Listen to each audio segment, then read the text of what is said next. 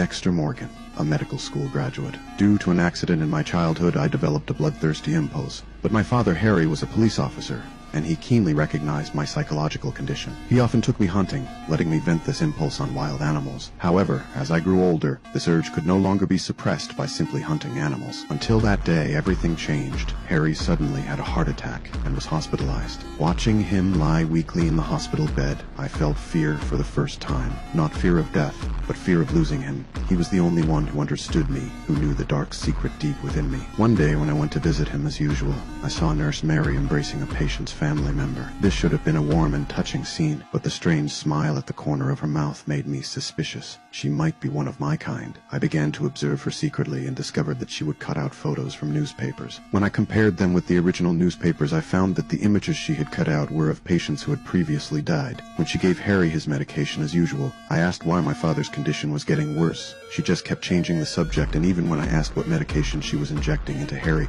she simply said I wouldn't understand, despite my having told her I was a medical student. She continued to evade my questions. I secretly snuck into her office and found a folder in the drawer filled with news clippings about patient deaths, including photos of patients who had died just 2 days ago. I realized there was something wrong with the medication Mary was giving my father every day. I stole some of the medicine and took it to the school laboratory for testing. My teacher immediately recognized that the medication was potassium nitrate. When I asked the teacher what would happen if the solution was injected intravenously into someone, This dilution?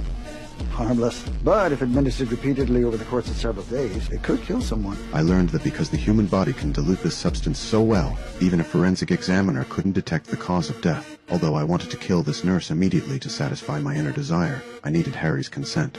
I had to make Harry himself suggest killing her. When I rushed back to the ward, the nurse was about to give Dad an injection, and I stopped her. When I stopped her, the expression on her face convinced me. She also had a dark side. More importantly, Harry saw it too. I told Harry everything the nurse had done. This time, Harry didn't stop me. He told me to prevent the nurse from continuing to harm other patients. I broke into the nurse's home, prepared the room, and waited for her to return. As soon as she came home from work, I pounced from the corner and subdued her. I tied her to an operating table, flipping through her photo album, counting her crimes one by one. To my surprise, she remained unrepentant, insisting that everything she had done was right. I understood then that there was no point in talking to someone like this. I placed my hand on her heart, feeling her fear. I liked this feeling.